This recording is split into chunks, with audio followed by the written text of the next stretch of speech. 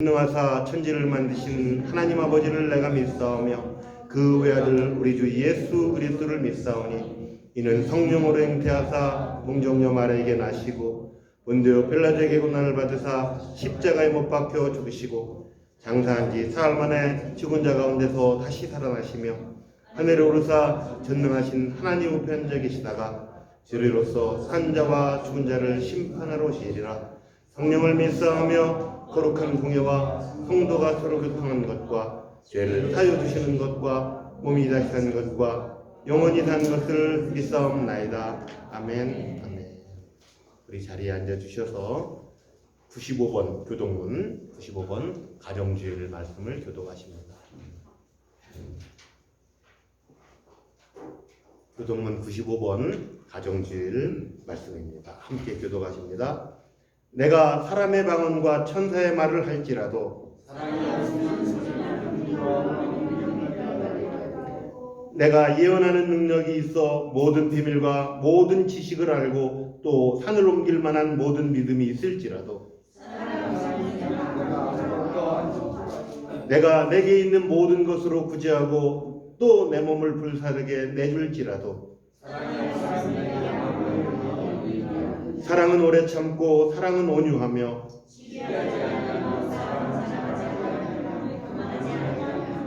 무례히 행하지 아니하며 자기의 유익을 구하지 아니하며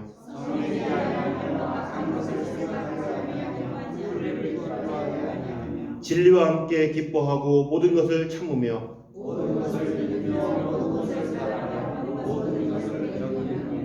사랑은 언제까지나 떨어지지 아니하되 다같이 그런즉 믿음, 소망, 사랑 이 세 가지는 항상 있을 것인데 그 중에 제일은 사랑이라. 아멘. 아멘. 우리 찬송 461장 통합찬송 519장 함께 하십니다.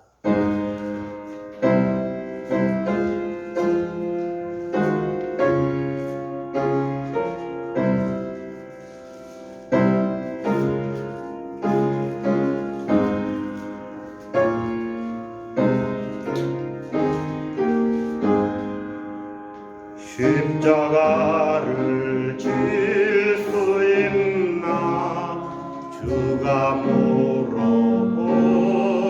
때 죽기까지 따르리. 성도 대답하였다.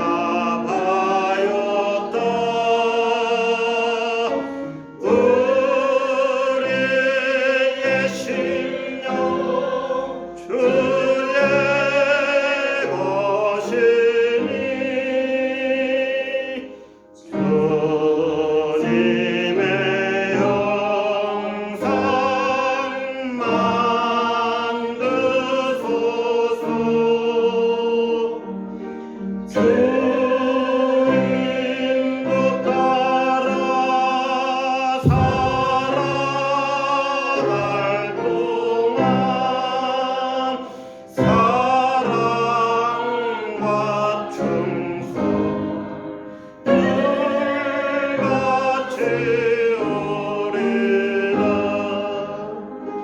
너는 기억하고 있나 구원받은 강도를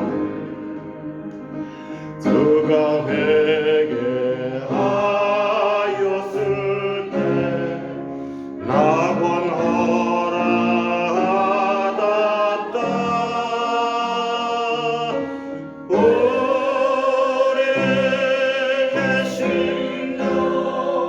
주의 것이니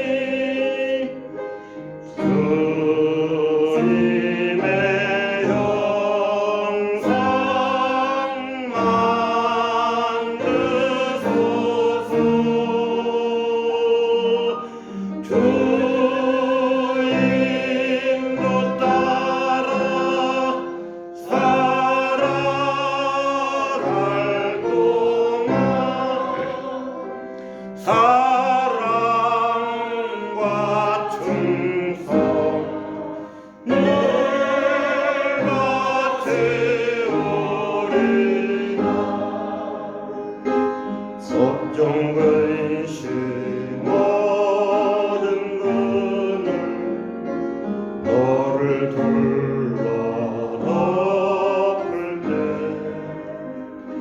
주께 내 영 맡기겠나 최후 승리 믿으며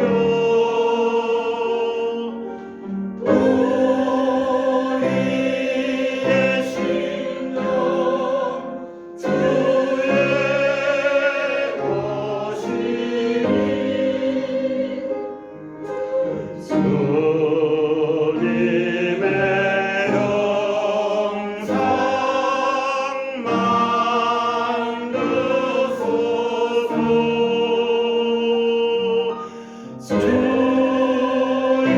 주인도 따라 살아갈 동안 사랑과 충성 늘같이 오리라. 이런 일 다 할 수 있나 주가 물어보실 때 용감한 자 바울처럼 선뜻 대답하리라.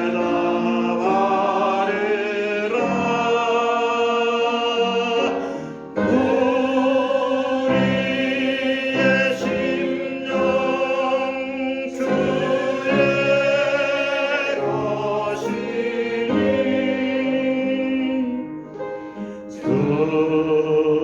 주님의 형상 만드소서.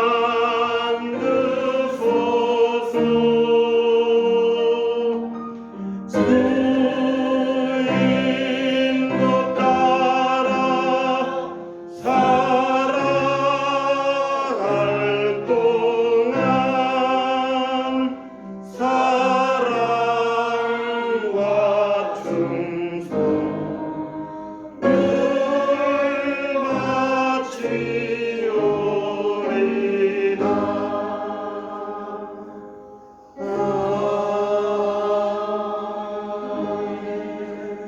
한승훈 장로님 예배를 위해서 기도해 주시겠습니다.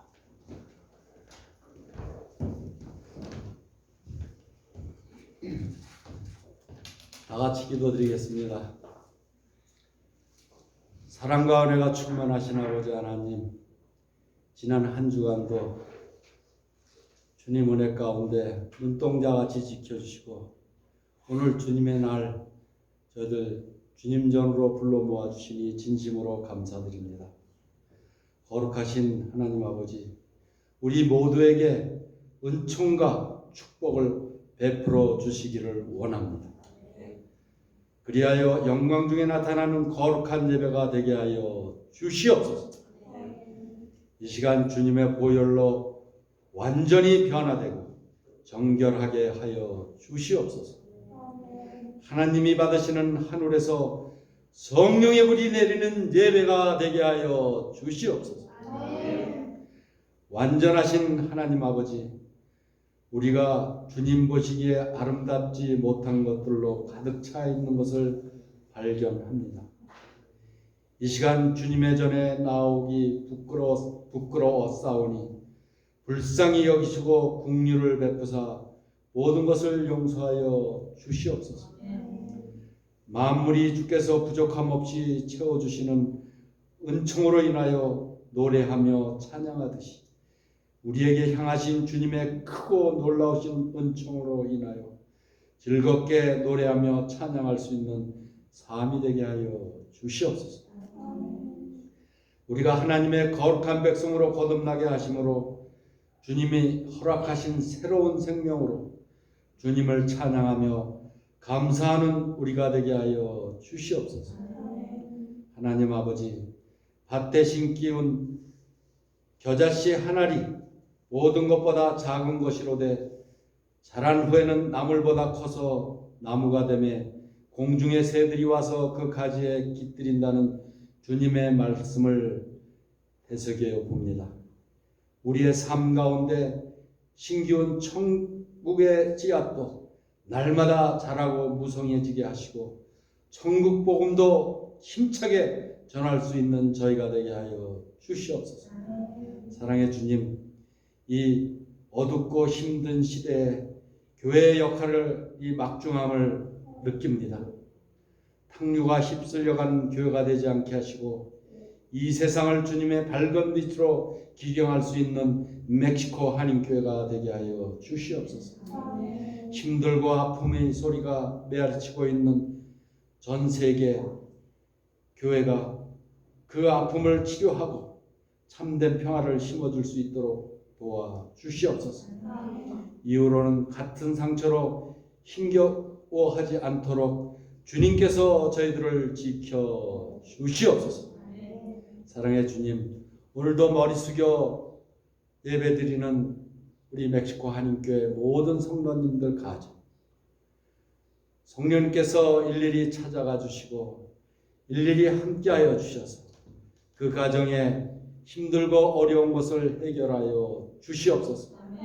가정이 편안하게 하여 주시고 가정이 행복하게 하여 주시고 그 가정이 하는 일마다 잘 되는 일이 일어날 수 있도록 도와 주시옵소서. 또한 자녀들이 잘 되는 복을 허락하여 주시옵소서. 또한 늘 건강으로 지켜 주시옵소서. 코로나가 침범하지 않도록 도와 주시옵소서. 아버지 하나님, 이제 교회와 예배를 위해 몸을 드리는 일꾼들을 주님이 한결같은 은혜로 채워주시고 주님을 위해서 일하는 것이 얼마나 복된 삶인지 피부 깊숙이 체험할 수 있도록 도와 주시옵소서. 오늘도 주님께서 예배하는 우리 모든 성도님들에게 한없는 사랑으로 함께하여 주시옵소서. 이제 말씀을 전하실 우리 안용대 목사님께도 성령 충만함을 주셔서 그 말씀이 저희 마음 가운데 아버지 하나님 전하게 하여 주시고 그 말씀으로 인하여 이 세상을 이길 수 있는 힘을 허락하여 주시옵소서.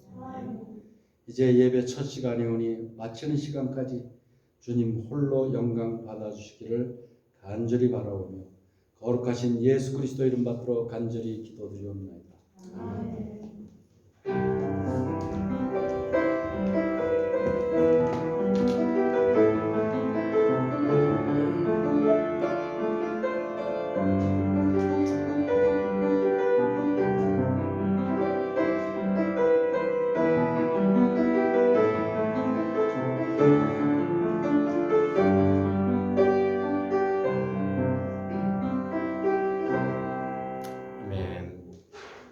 오늘 5월 셋째 주일입니다. 주님 앞에 예배드리는 모든 성도님들 환영합니다.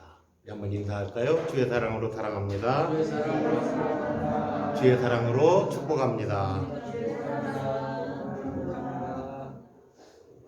우리 계속해서 새로 부임하시는 우리 김원남 목사님 부부를 위해서 계속 기도해 주시기 바랍니다. 특별한 다른 광고 없으시면 우리 213장 4절 부르시면서 봉헌하십니다.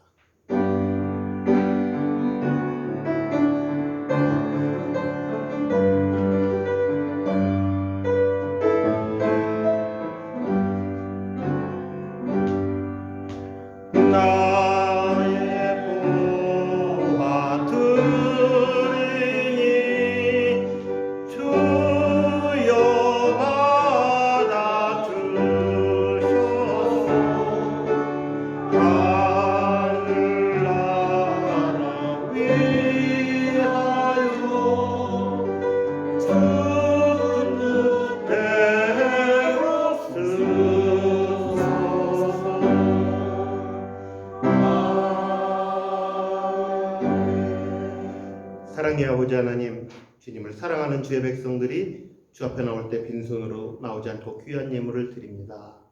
이 예물을 주님 기뻐 받으시옵소서. 이 예물이 쓰이는 곳곳마다 아버지 하나님의 영광만 나타나게 하시옵소서. 주님 드린 손길에 복 내려주시되 많은 것으로 채워주셔서 이 땅을 살아갈 때 주님의 자녀로 주님의 백성으로 당당하게 살아가게 하옵소서. 감사하며 예수님의 이름으로 기도하옵나이다. 아멘. 우리 오늘 하나님의 말씀 신약성경 요한복음 13장 13절에서 15절 말씀까지 함께 하십니다. 요한복음 13장 15절까지 말씀입니다. 우리 천천히 짧은 구절이니까 교독하십니다. 합독하십니다. 시작. 너희가 나를 선생이라 또는 주라 하니 너희 말이 옳도다. 내가 그러하다. 내가 주와 또는 선생이 되어 너희 발을 씻었으니 너희도 서로 발을 씻어주는 것이 옳으니라. 내가 너희에게 행한 것 같이 너희도 행하게 하려 하여 오늘 외웠노라. 아멘.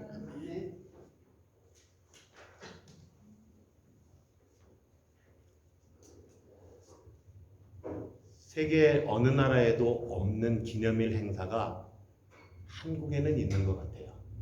그게 바로 어제 5월 15일 스승의 날입니다. 그렇죠? 여러분들 기억하시나요? 스승의 날? 학교 선생님에게 꽃도 좀 드리고 선물도 드리고 하던 그런 생각이 나시는지 모르겠습니다. 스승이 뭐죠? 선생님을 좀 우리 뉘앙스는 스승이나 선생님이나 똑같은 말이지만 그래도 뉘앙스가 어떤 뉘앙스가 있냐면 스승이라고 하면 좀 훌륭한 선생님, 우리가 뭔가 인격적으로 존경할 만한 사람들, 그리고 뭔가 배울 게 있는 사람들, 그런 사람들을 스승이라고 하죠. 저는 오늘 설교를 준비하면서 정말 놀라운 사실, 이제까지 정말 몰랐던 사실을 하나 발견했습니다. 여러분, 우리나라 스승의 날이 언제 제정된지 아세요? 언제 만들어진지 아세요? 1965년도에 만들어졌어요. 근데 왜 5월 15일이 스승의 날인지 아시냐고요? 뭐 연도는 그렇게 중요하지 않는데 5월 15일이 상당히 의미 있는 날이기 때문에 5월 15일을 스승의 날로 정했는데 제가 전혀 몰랐던 일이에요. 세종대왕 생일이 5월 15일이라 세종대왕이 우리 민족의 위대한 스승이다. 그래서 세종대왕 생일날을 우리나라 스승의 날로 삼았대요. 여러분 아셨어요? 잘 몰랐지요? 저도 몰랐어요. 깜짝 놀랐습니다. 근데 우리 민족의 위대한 스승 맞죠? 정말 한글을 이렇게 만드신 세종대왕의 놀라운 업적은 우리나라에 굉장한 영향을 끼쳤습니다.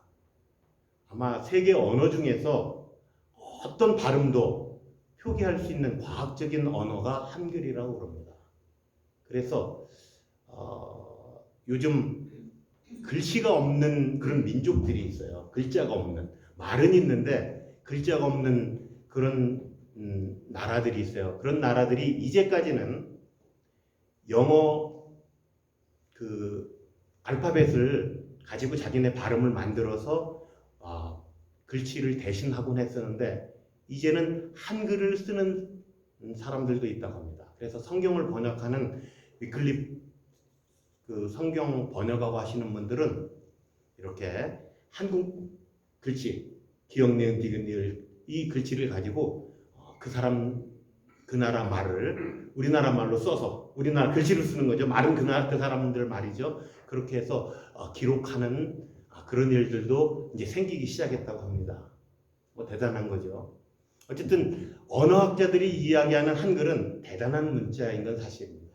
그런 문자를 개발해서 옛날에 이조시대 때 양반들만 글을 쓰고 양반들만 뭐 하던 거를 어느 누구나 쉽게 글을 쓰고 글을 읽고 배울 수 있게 기초를 놓아둔 그 세종대왕이야말로 위대한 스승이다. 그래서 스승의 날을 세종대왕 탄신일을 정했다 하는 말을 듣고 참 일리가 있구나 하는 그런 생각을 하게 되었습니다. 그런데 세종대왕보다 더 훌륭한 스승님이 있으세요. 누구세요? 온 우주 만물에 정말 위대하신 스승 한 분. 누구죠? 예수님. 우리는 뭐 너무나 잘 알고 있죠. 그래서 스승의 날을 어제 지나고 나면서 오늘 무슨 말씀을 드릴까 하다가 예수님이 위대한 스승이시다. 그 스승의 가르침을 받는 저희 제자들은 어때야 되죠? 그 위대한 스승의 생각과 뜻을 따라서 그대로 살아야 되겠다. 그게 크리스천이잖아요. 작은 예수, 예수님을 따라 사는 사람들.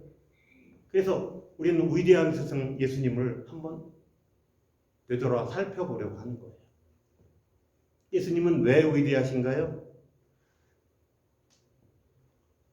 예수님이 가르치는 내용들이 일반 사람들이 가르치는 내용과는 달라요. 왜요? 하늘의 복음이니까. 우리 인간은 하늘의 복음을 다 알 수가 없어요. 그러니까 좀 똑똑하다고 하는 사람들도 조금 우리보다 나은 걸 가르치는 거지 하늘의 온갖 비밀을 다 가르쳐주지 못합니다. 근데 예수님은 하늘의 비밀을, 하늘의 복음을 우리에게 가르쳐 주셨잖아요. 가르쳐 주시는 내용이 정말 위대한 것이기 때문에 위대한 스승이세요. 또 한 가지는요, 예수님은 가르쳐 주실 때요, 배우는 사람 입장에서 가르쳐 주셨어요. 아주 배우는 사람 입장에서 배우기 쉽게, 듣기 좋게요. 성경을 보면 예수님이 배우기 쉽게 배우는 사람들 입장에서 가르쳤다 하는 직접적인 말은 없지만 간접적으로 알 수 있는 게 무슨 소리인지 아세요? 예수님이 설교를 하시고 그 들판에서 가르치실 때요, 사람들이 시간 가는 줄을 모르고 그냥 들었어요. 얼마나 재밌었으면. 그래서 배가 고파서 기진맥진 할 정도가 되니까 예수님이 너희들이 좀 그 배고픈 사람들 밥 좀 줘라. 줄 게 있어야죠. 그러니까 오병이어 기적을 베풀어서 많은 사람을 먹이기도 하죠. 여러분, 금강산 구경 아주 좋잖아요. 그런 금강산 구경도 식후경이라고 그랬어요. 배고프면 말짱 아무것도 아닌 게 되죠. 말짱 아무것도 아닌 일이 되는 거예요. 근데 하물며 아무리 설교가 재밌다고 그래도 지난번에 보니까 1시간 넘어가니까 조금 몸들이 이상하게 되는 것 같은데요. 그렇죠? 근데 예수님은 얼마나 재밌게 가르치셨든지 배가 고파도 그냥 사람들이 그냥 듣고 있었어요. 정말 위대한 스승 맞으십니다. 그 가르치시는 방법 이런 것들도 했지만은요, 우선은요, 우리가 스승이라고 하려면, 우리가 존경한다고 하려면 그 사람의 인품이 어느 정도 받침이 돼야 우리가 그 사람을 존경하고 스승이라고 할 수 있는 거예요. 보통 우리가 그냥 학교에서 뭘 가르치는 사람을 선생님이라고 한다고 하면 우리가 스승이나 은사라는 말을 표현할 때는 보통 선생님이라는 말보다는 조금 우리가 존경할 만한 사람들, 그렇죠? 우리가 뭔가 그 사람들의 인격을 배울 수 있는 사람들, 그 사람의 가치관이 우리에게 유익한 사람들, 그런 사람들을 스승 또는 은사라고 하는 거예요. 그렇죠? 예수님은 어떤 성격을 가지셨기 때문에, 어떤 성품을 가지셨기 때문에 우리가 그분을 위대한 스승이다. 여기 보면 선생 또는 주라 하느냐 그랬죠? 이때 이스라엘 사람들의 말로는 랍비여 그런다고 해요. 아무한테나 랍비라고 하지 않아요. 지식이 많다고 랍비라고 하지 않았어요. 자기들이, 여러분들 이스라엘 사회에 알죠? 랍비라고 하면 아주 훌륭한 학자들, 그리고 인격적으로 된 사람들, 그런 사람들이 랍비예요. 예수님은 사실은 랍비라고 불리워지기보다는 랍비보다도 더 훌륭한 랍비, 랍비들의 랍비, 그런 말하죠. 왕 중의 왕, 우리 그런 얘기 하듯이 랍비 중에 랍비세요. 근데 어떤 성품을 가지셨죠, 예수님은? 예수님이 그랬어요. 내 멍에는 쉽고 가볍다. 그러면서 나는 온유하고 겸손하니. 예수님은 온유하고 겸손하시기 때문에 우리가 정말 창조주 하나님께서 따지고 들면 우리는 감히 그 옆에 갈 수도 없는 분인데 온유하고 겸손하셔서 우리를 받아주시고 우리를 옆에 두시고 오히려 뭐라고까지 얘기해요? 내 친구다. 이야, 그런 스승이 어디 있어요? 우리 조금만 학문이 조금 다른 사람들과 좀 많아지면 우리 일반적으로 교만해지기 일쑤잖아요. 자기 잘난 맛에 좀 의시되는 게 우리 일반 사람들의 보통 보통 태도잖아요. 근데 훌륭한 사람들을 보면요, 겸손하더라고요. 그리고 알아요. 자기가 아는 게 아주 온 우주 만물의 모든 진리에 비하면 아주 작은 것이라는 걸 알아요.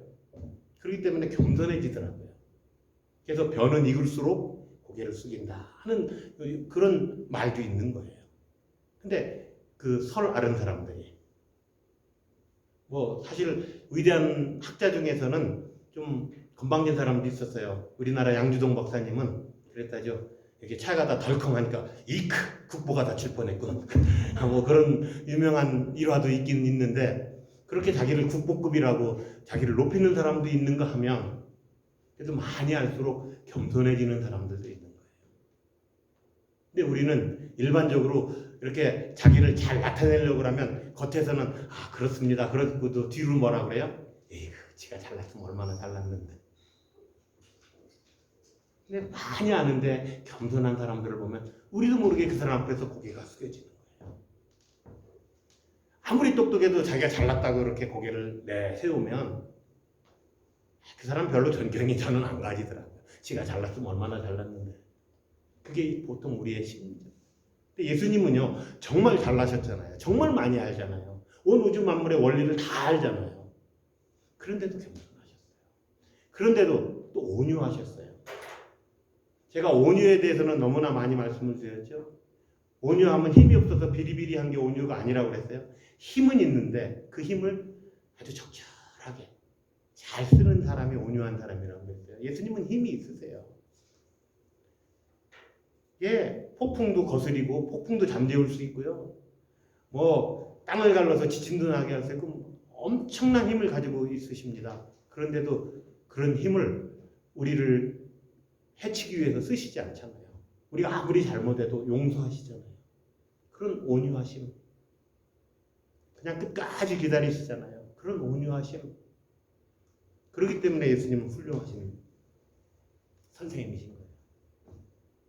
한 발 더 나가서 예수님이 훌륭한 선생님이신 거는요, 우리 영혼을 사랑하시는 분이기 때문에 우리는 더욱더 그분을 위대한 스승으로 모시는 거예요.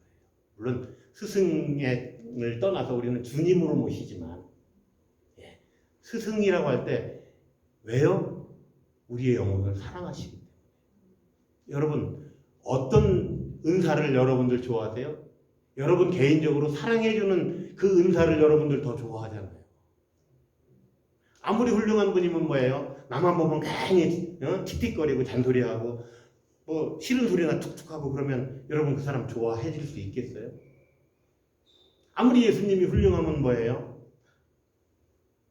우리를 정죄하고 너는 이거 잘못했어 저거 잘못했어 하늘의 법으로 율법으로, 예수님이 율법을 몰라서 우리를 그냥 정죄 안 하시는 게 아니잖아요. 다 아세요. 우리가 뭘 잘못했는지 아주 시시콜콜 다 아세요. 근데 우리 영혼을 사랑하기 때문에, 우리 영혼을 구원하기 위해서 심지어는 어떻게까지 하세요? 자기 생명을 십자가에 죽이기까지 하시는 거예요. 죽이시는 거예요, 본인이. 무엇 때문에요? 바로 내 죄 때문에. 우리 영혼을 사랑하기 때문에.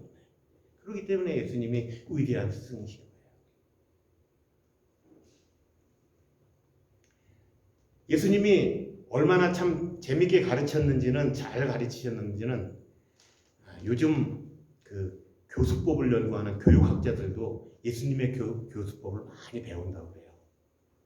예수님의 교수법은요, 아까도 얘기했지만 어떤 입장에서 가르쳐요? 배우는 사람 입장에서. 지난 주일을 우연찮게 넷플릭스에서 영화를 하나 봤는데, 콜롬비아 대학 교수가 수학 교수예요. 아주 수학 쪽으로는 박식한 사람이에요. 근데 강의만 하면요, 이 사람은 강의만 하면요, 학생들이 다 졸아요. 그리고 못 견디고 그냥 강의실을 다 빠져나가요. 본인은 신나서 강의하는데. 근데 우연찮게 사귀는 여자 교수는요, 내용은 어떻든지 간에 어쨌든 강의실에 사람들이 꽉꽉 들이차고요, 그냥 강의 시간에 막 환호를 하고요, 강의를 아주 학생들이 즐겨요. 그러니까 나중에 그 수학 교수가 그 여자에게 어떻게 하면 좋은 강의를 하는지를 배웁니다.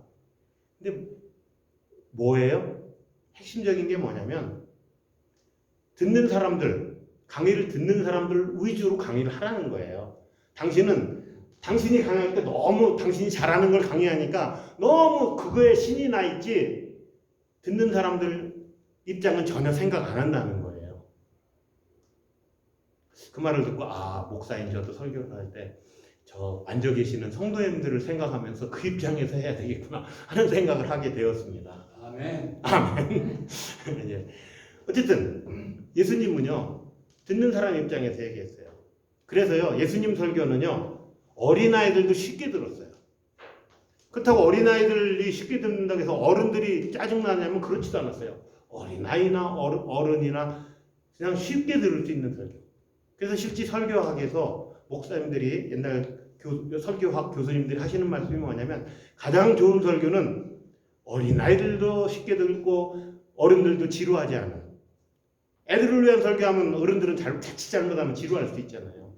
근데 어린아이도 쉽게 이해하고 어른들도 유익한, 재밌어하는 그런 설교. 예수님은 그러셨어요. 그래서 예수님이 설교하실 때 애들이 자꾸 와서 어른들 방해하니까 어른들이 뭐라고 해? 제자들이 애들 좀 나가게 해달라고 그랬는데 예수님이 못 나가게 하죠. 애들 어린이주일 날 해야 될 설교 같아요. 그거는 어쨌든 아이들을 품어주시고 아이들을 사랑해 주십니다. 왜요? 애들도 재밌게 들을 수 있는 그런 말씀을 하시니까요. 예수님은 그냥 뜬금없이 아무것도 없는 그런 데서 얘기하시기보다는요, 하늘의 비밀을 우리 주변에 있는 그런 사물들이나 우리가 겪고 있는 그런 일들을 비유해서 얘기를 참 많이 해주셨어요. 우리가 근심 먹을 거 입을 거 걱정할 때 들의 백합화를 봐라. 거기 바로 그 산에서 설교하시는데 그 옆에 백합화가 있는 거예요. 그러니까 들의 백합화를 봐라. 뭐 길쌈도 안 해도 니들이 입은 옷보다 더 이쁘잖아. 우리 교회도 꽃 좋아하는 분들 계시더라고요. 꽃만 요만한 꽃, 저는 이렇게 보니까 별것도 아닌 것 같은데 어머 저거 이뻐 그러시는 어떤 집사님 계세요. 예, 꽃이 그렇게 이쁜 거예요. 근데 꽃은 길쌈도 안 하잖아요. 그렇게 보여주면서 시청각 교육을 하는 거죠. 그러니까 얼마나 듣는 사람들이 쏙쏙 잘 알아들어요. 새가 날아가니까 공중나는 새를 봐라. 새가 뭐 농사를 짓냐 뭐를 했냐. 근데 다 먹여주시지 않냐. 근데 뭘 너희들 하물며 하나님의 자녀들을 내가 굶기고 입힐까 보냐 하는 식으로 이렇게 설명을 해주니까 야, 애들도 다 알아듣잖아요. 어른들도 그게 그렇지 하고 뭔가 감동이 오잖아요. 뭐 씨 뿌리는 비유라든가 뭐 그걸 또 바울 사도가